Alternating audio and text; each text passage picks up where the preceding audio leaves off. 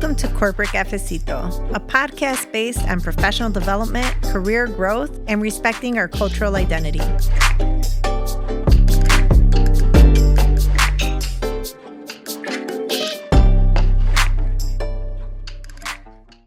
Welcome to another episode of Corporate Cafecito. I am Carlos Butler Vale. Y yo soy Nayeli Suarez Gas. And today we are going to talk about the importance of purposeful communication. Yes. Nayeli, take us through it. Oh my God. So purposeful communication is a combination of a lot of things, but it's basically being super intentional in what you're saying and how you say it and your ability to get your point across. Have you ever started a conversation and then you ended the conversation and you're just like, I still have no idea what I'm supposed to do? Yeah. That is not purposeful communication, right? Yeah. Purposeful communication is when you are able to talk about what you need done, why you need it done, how to do it, and when does it need to be done by. Yeah, and I think purposeful communication is important in so many ways, and regardless of where in your corporate trajectory or your workplace trajectory you are, it's important to be able to have purposeful communication with your peers. It's important to have purposeful communication with your clients or client groups. It's With your family. Absolutely. With your boss, right? With their peers. And so, we've talked about this before, but I have seen careers be made and broken by someone either being able to be a great purposeful communicator or somebody who could be brilliant but just has a really difficult time Yeah, they at can't being get their able message across. absolutely, to provide that level of purposeful communication. So uh, obviously a very important topic, and we're here to help. So let's start going through, if you don't mind, Yeah. taking us through how do we set up a framework for what purposeful communication can be. Well, I think we need to understand what's the message. You have to know what you're trying to get across. Okay. Right? What is the objective? Whether you're going into a meeting, whether you're writing an email, whether you're doing a phone call, or having a cafecito, we have to talk about what am I doing? Why am I doing this? Because if not, then we have to that adjust our tone. That's gonna dictate what we say. Mm-hmm. So oftentimes I tell people am I listening as a friend or as a coach? And that reframes my mind so I know objectively what I'm supposed to be reacting to or how I'm supposed to be reacting. Because oftentimes, if you just want to call me and you just want to vent, I'm going to go into solve mode because that's what I do. So oftentimes I'm very purposeful even in how I'm going to receive the communication to be which version of Nayeli do you need? Yeah. I'm just smiling because we talk about how the personal blends sometimes with the work, and that's been a very important lesson even from a personal relationships perspective. I've had to learn, I am also a solver, and I've had to learn to sometimes, even before we even ask, am I listening as a partner, or am I listening as a potential coworker, I have to just ask, am I listening, or are you asking for advice? Or advice, or are we having a discussion? Because I think that already sets a very different tone. So the role clarity seems to be really important, right? So what is my role? If you are on the receiving side, if you're the person that's providing, how should I receive this messaging? Right. And then going into being intentional, right? If we have 30 minutes, get to it. Yeah. Right? We need to get through all this in 30 minutes. Yeah. Oftentimes, we start talking and then we veer off. And I always tell people no, bring it back to what you're trying to tell me. What do you need me to do and how should I react? Yeah. Well, can we? Because I think that's an important point, and I want to go back to that in a second. But as I was I'm still thinking about point number one. One of the things I feel like I heard you say is your audience matters. Oh, your audience matters big time. You need to have a sense of clarity about who your audience is going to be, because what may feel like purposeful communication for a peer may not necessarily feel like purposeful communication for, let's say, someone who's a superior or someone who's higher up who may only have 5 minutes to listen to what Right. you have to say, who is in a meeting, a 3 hour meeting, and you only have 5 minutes on the agenda Yeah. for that. There's an importance in that clarity and And really thinking about your conciseness. audience. Yeah. Yeah. Well, it's so funny. I was doing a lunch and learn, and I was like, it was the beginning of the year. I was like, everyone has a New Year's resolution. The majority of people say, I'm going to exercise more, Mm. right? And so I was like, okay, explain the benefits of exercising. And I was like, okay, and now this group is going to explain it to fifth graders, and this group is going to explain it to doctors, Wow. and this group is going to explain it to, to executives. And blah, blah. And I was just like, you see how your messaging changes when you have a different Absolutely. audience? Yes. And so all of that is really important. And Yeah. sometimes when we think about it, we're like, well, we're all in the workplace. I'm like, yeah, but it's still not. If you're in an elevator, my husband always jokes. He's like, "Can you be in an elevator and not talk to people?" I'm like, Guilty as charged. no, I cannot. Yep. 2 peas in a pod. Yeah, I know. We're like, but it's like you have to know your audience, and Mhm. because that's how you communicate your intention, right? If Yeah. I'm talking to my peers, it may be a brainstorming session. If I'm talking to my manager, it may be to get buy-in or to get feedback. If I'm talking to the board, it may be to propose an idea or where we're going to put funds. Absolutely. So you have to know that you may have one project, but how you communicate that one project needs to be tailored. Yeah.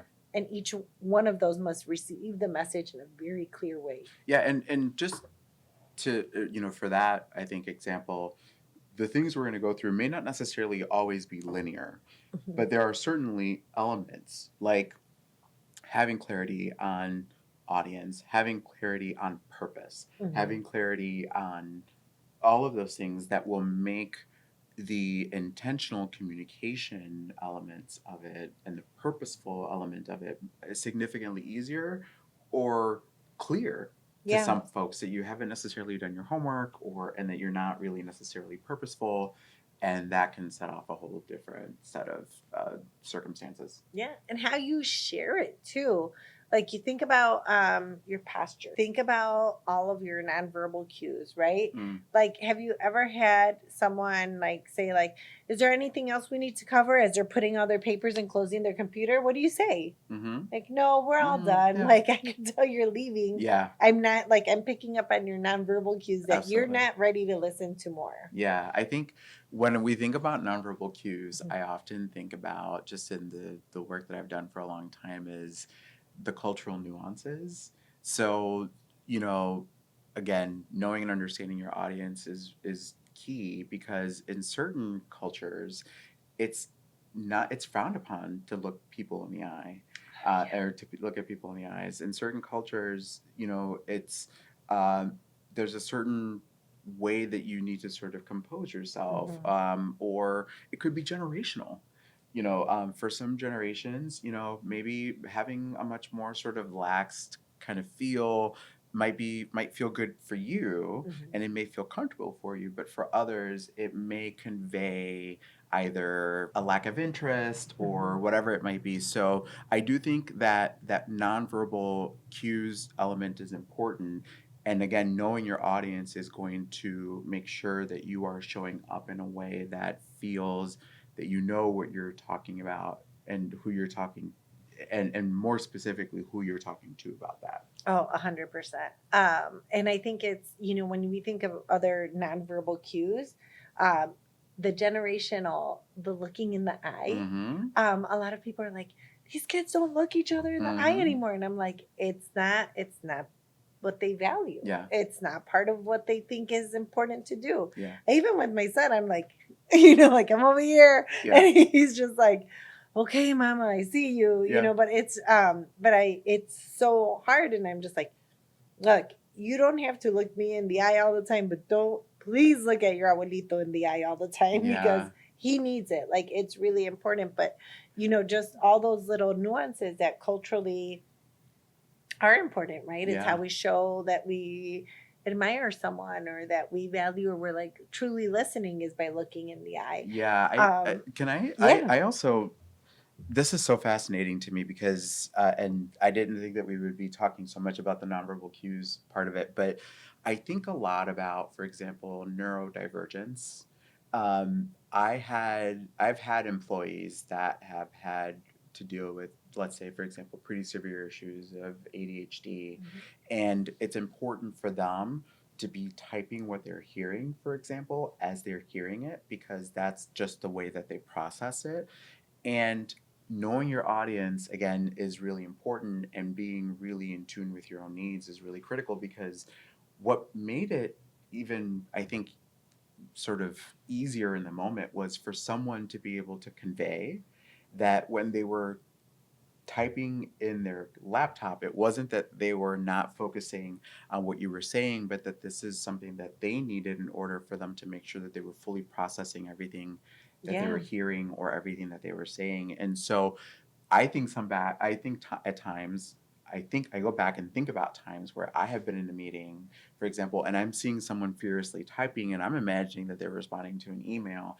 It may probably have been that, but it could also have been maybe Yeah. something They, that I picked up. You know, it was a nonverbal cue that I picked up, that if perhaps there was a specific need or something along those lines, it could have reframed the way that I was perceiving that. right. So I think that's part of that purposeful communication. Yeah, I agree. And I think it's also important. I remember this one guy would put on the back of his computer, like, I take notes on my computer Mm, because of that. yeah, Right. So, and while we're all like writing on paper, he's like typing in his notes. And I was like, huh, yeah, like, okay. And thank you for putting that on your computer yeah, so that we weren't all like, look at this guy. absolutely. Yeah. Even with the advent of, for example, AI, note taking and things like that, there might be people. I've also likewise been in a room where I feel like someone is disengaged.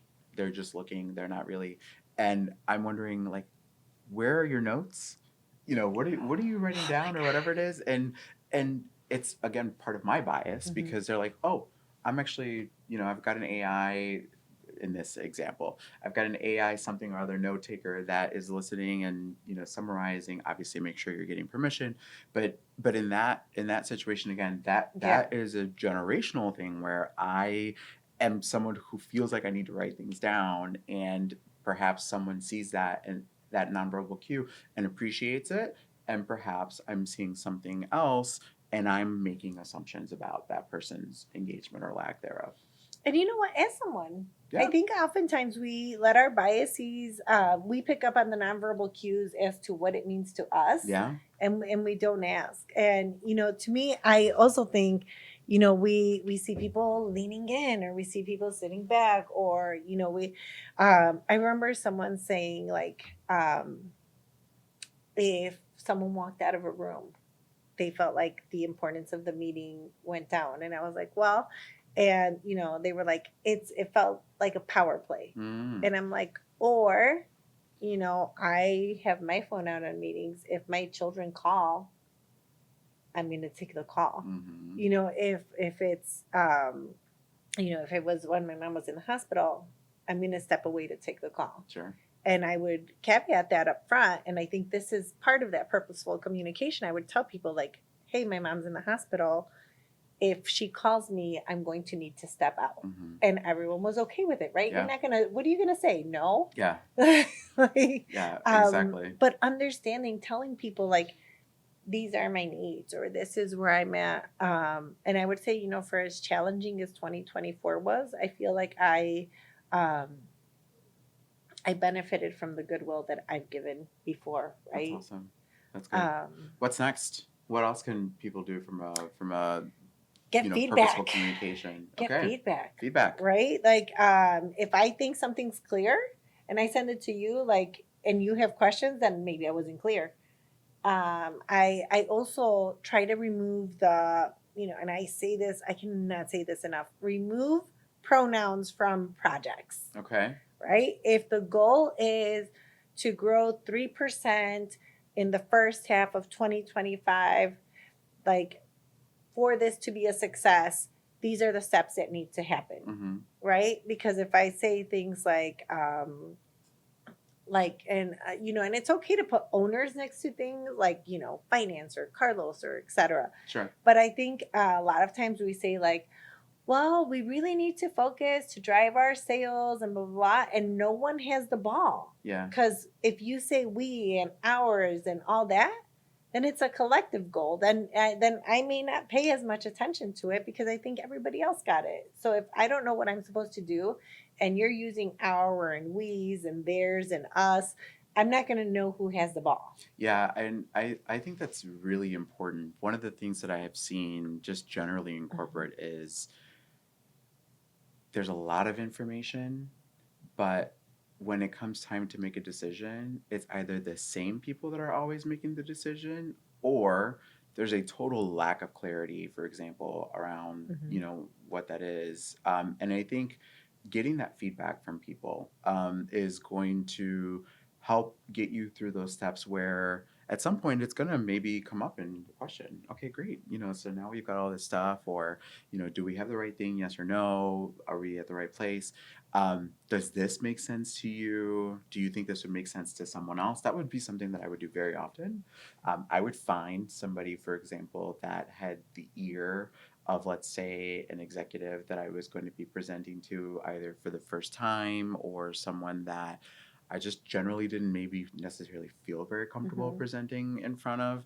And I would say, this person better than anybody else. Can you tell me, is this something that would resonate with this individual? And is the purpose clear? Because more often than not, what you think the purpose is may not necessarily be clear to that person. And then before you know it, now you've botched, not to scare anybody, but like before you don't, it's not often that you get very many circumstances or situations to be able to make an impression, or even to get in front of someone that is the decision maker. Yeah. Right. And so when you're thinking about those things, just taking the moment, it's homework. It is homework. It's not always easy because we all know it's hard to get on people's calendars, whatever it might be. But that's the type of stuff that allows you to be able to get the feedback that will then help you be able to make corrections or additions or whatever it might be, and then go back. Yeah. And make sure that you fully implemented that feedback. And that in and of itself will not 100% of the time, but certainly more often than not, get you, I think, to a much better place and ensure that people see you as a purposeful communicator. Absolutely. I always struggle. And if I don't, the feedback I give is if I get something and I read it and I'll reply like, can you please let me know what my specific role is in this? And it's helpful because then, that person will write back and be like, I just needed you to review it, or I need you to do steps 1, 2, and 3. Or, I'm like, well, I can like, once this person does this, then you could do this. And I think to me, that's really helpful. So if I don't understand that, I will ask like, hey, what is my role in this? The other thing is, I will tell you one, I always tell people do not use idioms. Lots of people will like say like, oh, there's more than one way to skin a cat. Like, okay, like I know what that means now. Like someone who's from a different culture or who didn't grow up in the States or who whatever, maybe like, sure, what is he talking about skinning a cat for now? And I remember like there was that's just a funny example. It's like, why would you say that? Yeah. Who's skinning cats? Now I'm judging you for other reasons. But I think that oftentimes we use those as, metaphors, etc. And I'm like, they do not belong in like project plans or those kind of conversations. And they could be fun to say and they could be great in conversations. But when you're putting together the plans, be as clear as possible. Yeah. I also warn against sarcasm. Yes. Oh, and I will say this, and I'm sure my husband will be watching this at some point and laugh because I don't speak sarcasm. It's very difficult for me. I am such a literal person. sometimes it's painfully, like I mean, painfully so. But that's just how that's how I've conditioned myself to decipher Mhm. very quickly and make decisions around like what is happening at face value. Right. And so I think you're right. That you are, anytime you're doing that, you're sort of making an assumption that people will understand. And I know in one of And the if you put it in an email, yeah. Oh, like I'm gonna read it like yes. an email. Yeah, and actually, you just reminded me of a story around feedback. So, uh, one of the things that I had heard was that as Hispanic, Latino folks, we tend to always talk about the we, and it makes it really difficult and confusing, particularly for folks that are not, from that same Hmm. ethnicity, that they don't hear the decisiveness. Sometimes it's, they want to be able to give people credit. We don't like to necessarily take credit for ourselves, and so when we're presenting things, we're saying this is what we all accomplished, or this is how we did it. And it's not always easy, by the way. It's really difficult to Hmm. do. But when we're talking about purposeful communication and feedback, the last thing I want to do is to distract from what I'm trying to do, because someone is so focused around the fact that they can't get through my uh the way that I'm framing things, because I want to be a good partner to everybody else. And so, those are the kinds of Yeah, things that that's can why we need to become. take the we's, the ours, the Yeah, they, the absolutely. But us. even just the Yeah. way that it's like we have a hard time sometimes just saying, okay, we need to make a decision on this, Yeah. or we want to bring others Everybody in. along, Yeah. and sometimes that I think can be a little bit of a detriment. And so, as I'm thinking about our audience, and I think about both the folks who are, Hispanic, Latin, and the people who are maybe potentially supporting or supervising some of those folks, that's a great maybe way to preempt, because some of those just cultural things that we've grown up with, can just naturally show up. And so if you know that there's a tendency for that, that's where that feedback from others can be really helpful and critical to, again, make Yeah. sure that it's not distracting or detracting from what you're really trying to accomplish. I love it. Yeah. Yeah. No, you're 100% right. And then, I think that when you are having these conversations, if we have challenges, Mm-hmm. it's, how do we step back and then I always say retreat and re-enter, Mm-hmm. um, when we need to reframe the challenge, right? So if we lose people, or if we explain it and it feels like overwhelming, Mm-hmm. I always talk about the British bicyclist team, and what they did was they were like, we and I'm so bad at retelling this story, and I had read it, like, because I read it like 20 years ago, 15, 20 years ago, and it was about, like, they were training and they had not won a tournament. I don't Okay. know what you call biking races, but We'll go or with maybe it that. was in the Olympics, or I don't know. But anyway, they what my key takeaway from this story is, they hadn't won, and so they were trying to figure out how they could win. Mm-hmm. And so what they did is they did multivariate testing, which is, I'm going to break this down into smaller things, like we could control our sleep, our diet, our rides, Mm. our strength training, etc.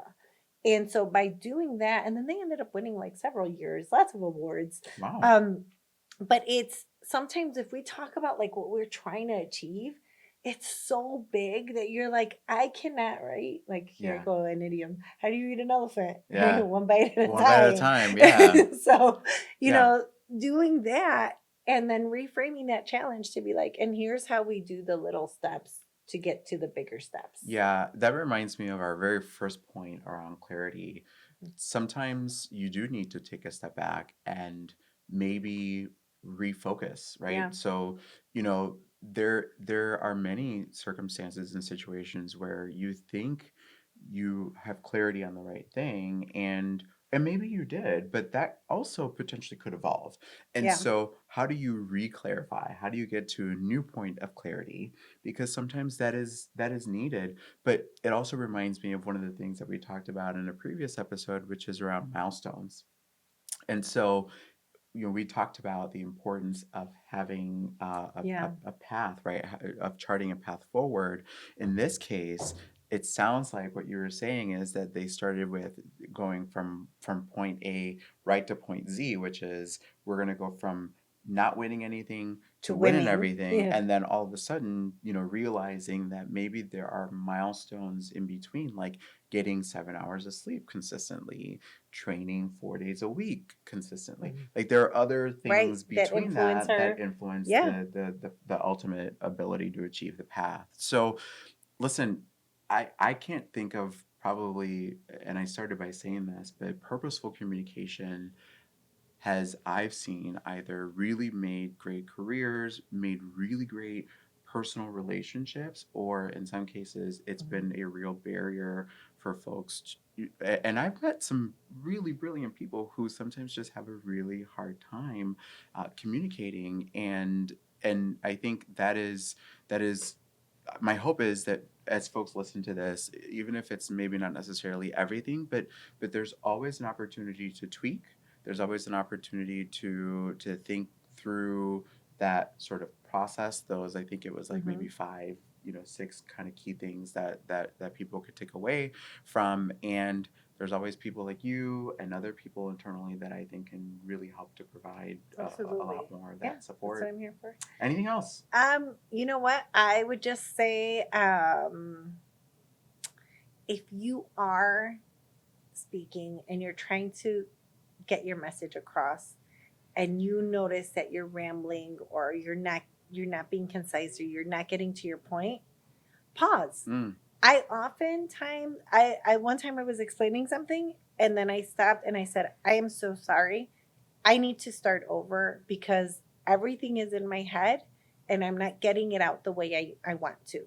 So if you could just erase what I just said, I'm going to start all over again. And then when I did, she was like, oh, yeah, this makes much more sense. So don't be afraid to stop. Don't keep rambling because you started rambling. mm. Stop, regroup, and then redo the message. Love it. Well, again, this is such a great topic, Yeah. and I'm so glad that we covered it. Again, Carlos Butler Vale, Nayeli Suarez and Guess. we hope Yeah. to see you soon again. Bye.